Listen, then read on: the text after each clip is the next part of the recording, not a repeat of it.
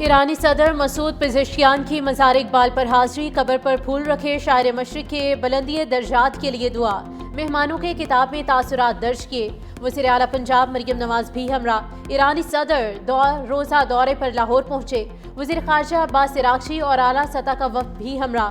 Lahore airport پر سابق وزیر اعظم نواز شریف اور وزیر اعلیٰ پنجاب مریم نواز نے استقبال کیا۔ بچوں نے گلدستے پیش کیے۔ ایرانی صدر رات کو اسلام آباد روانہ ہو جائیں گے۔ صدر آصف علی زرداری اور وزیر اعظم شہباز شریف سے ملاقاتیں کریں گے۔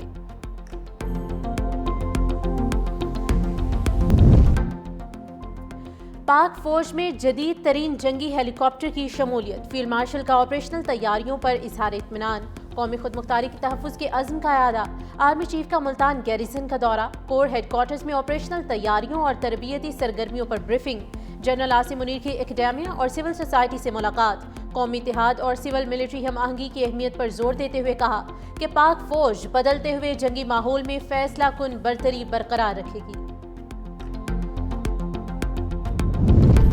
پاکستان نے بھارتی رافیل طیارے کیسے گرائے؟ برطانوی خبر رساں ادارے کی رپورٹ آ گئی۔ کہا 7 مئی کی رات پاکستان ایئر فورس کے ریڈار پر بھارتی طیارے نمودار ہوئے۔ پاکستان کے ایئر چیف کئی دنوں سے کنٹرول روم میں ہی تھے۔ ریڈار سگنل ملتے ہی پاکستانی ایئر چیف نے J-10C اڑانے کا حکم دیا۔ رافیل کو نشانہ بنانے کے لیے خصوصی احکامات جاری کیے۔ بھارت نے پاکستان پر حملے کے لیے 70 طیارے روانہ کیے۔ فضائی لڑائی میں دونوں جانب سے 110 طیاروں نے حصہ لیا۔ دہائیوں بعد ہونے والی یہ سب سے بڑی فضائی لڑائی تھی۔ بھارتی رافیل گرنے میں غلطی بھارتی انٹیلیجنس کی تھی۔ پیپلز پارٹی آزادی صحافت کے ساتھ کھڑی ہے۔ پیپلز پارٹی رہنماؤں کا میڈیا ٹرائل ہوتا رہا، ہم نے کبھی انتقام نہیں لیا۔ سینئر وزیر سندھ شرجیل انعام میمن کا صحافیوں سے خطاب، کہا پاکستان نے بھارت کو تاریخی شکست دی۔ مارکہ حق میں کامیابی کو منانے کا مزہ ہی کچھ اور ہے۔ ہم سے زیادہ میڈیا فرینڈلی کوئی نہیں ہو سکتا۔ ہماری گردن میں سریا نہیں، سندھ حکومت آپ کی اپنی حکومت ہے۔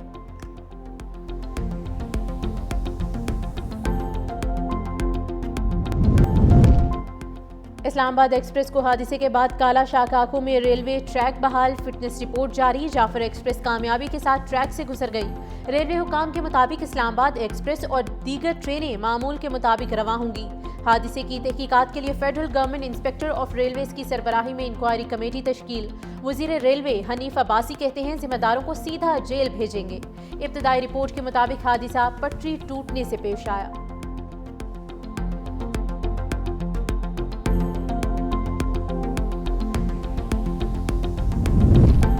بانی پی ٹی آئی کی بچوں قاسم اور سلیمان سے بات کروا دی گئی ہے۔ بچوں کے ساتھ 1.5 گھنٹہ بات چیت کرائی گئی۔ بانی پی ٹی آئی نے بچوں کے ساتھ رابطے کی تصدیق کر دی۔ کہا میرے بچے مجھ سے ملنے پاکستان آئیں گے، لیکن سیاست یا کسی احتجاجی تحریک کا حصہ نہیں بنیں گے۔ بانی پی ٹی آئی نے کہا کہ اب میرے اخبارات بھی بحال کر دیے گئے ہیں۔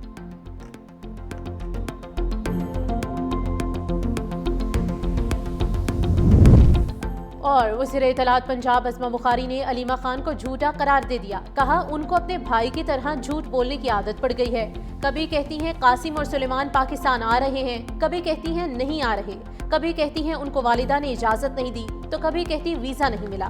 جب بچوں کے والد والدہ سوئم اور فسادیوں کا گروہ انقلاب نہیں لا سکتے تو قاسم اور سلیمان کیا تیر مار لیں گے؟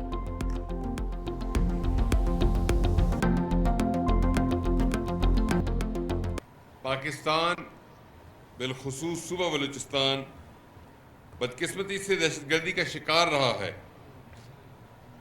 اس ضمن میں قانون نافذ کرنے والے اداروں بالخصوص ATF بلوچستان نے اندرونی اور بیرونی خطرات، سازشوں اور دہشت گردی کے خاتمے کا تہیہ کیا ہوا ہے۔ IG معظم جاہ بلوچستان میں جلد خوشحالی اور امن قائم کرنے کے لیے پرعزم۔ IG پولیس بلوچستان معظم جاہ انصاری نے پاسنگ آؤٹ پریڈ سے خطاب میں کہا بلوچستان پولیس کے افسران اور جوانوں نے بے شمار قربانیاں دی ہیں، اپنی جانوں کے نذرانے پیش کیے۔ کئی سال سے بلوچستان دہشت گردی کا شکار رہا۔ ATF نے دہشت گردی کے خاتمے کا تہیہ کیا ہے، امن و امان حکومت کی ترجیحات میں شامل۔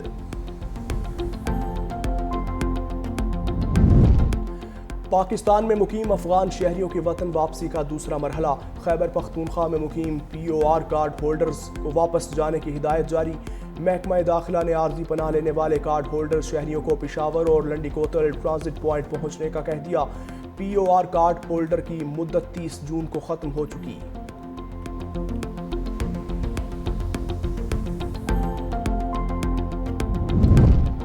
کراچی کے علاقے دو دریا کے قریب سمندر سے اورنگزیب کی لاش بھی نکال لی گئی۔ 2 بچوں کی لاشیں گزشتہ روز ہی نکال لی گئی تھیں۔ اورنگزیب نے 2 روز قبل دریا کے قریب بچوں سمیت سمندر میں چھلانگ لگائی تھی۔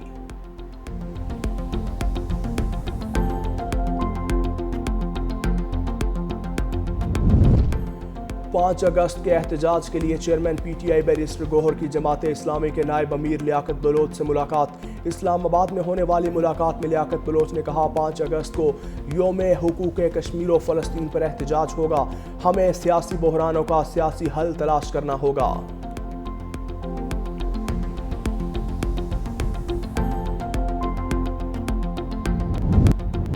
سابق بھارتی فوجیوں کا مودی سرکار سے آپریشن سندور کے حقائق سامنے لانے کا مطالبہ۔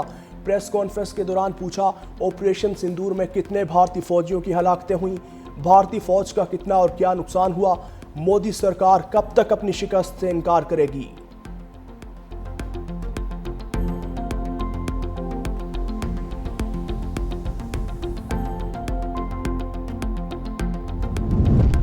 امریکی ریاست مونٹانا میں سابق امریکی فوج کی بار میں فائرنگ، 4 افراد ہلاک۔ ابتدائی تحقیقات کے مطابق مائیکل پال براؤن نامی حملہ آور فائرنگ کے بعد فرار ہو گیا۔ پولیس کا سرچ آپریشن جاری ہے، شہریوں کو گھروں میں رہنے کی ہدایت۔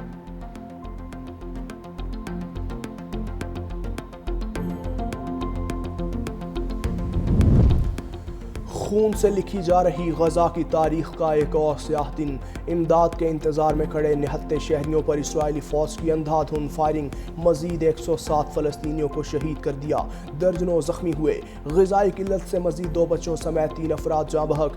فلسطینی میڈیا کے مطابق اسرائیلی فوج نے امدادی کیمپس اور رہائشی مکانات کو بھی بربریت کا نشانہ بنایا۔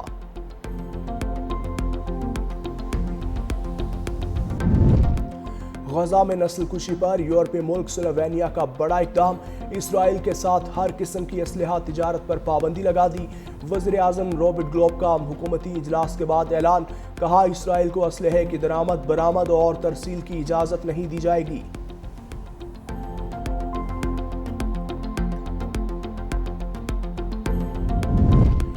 ترک دفاعی کمپنی راکٹسان نے جدید روبو ڈاگ متعارف کروا دیا۔ میزائلوں سے لیس روبوٹ نہ صرف ریموٹ کنٹرول کے ذریعے کنٹرول کیا جائے گا بلکہ خود کار طور پر بھی کام کرے گا۔ روبو ڈاگ کو خاص طور پر مشکل اور ناہموار علاقوں میں مؤثر انداز میں کام کرنے کے لیے تیار کیا۔ 4 میزائلوں سے لیس روبو ڈاگ جاسوسی اور حملے دونوں قسم کے مشنز کے لیے موزوں ہے۔ اور یوم آزادی کی مناسبت سے ISPR کا نیا نغمہ جاری۔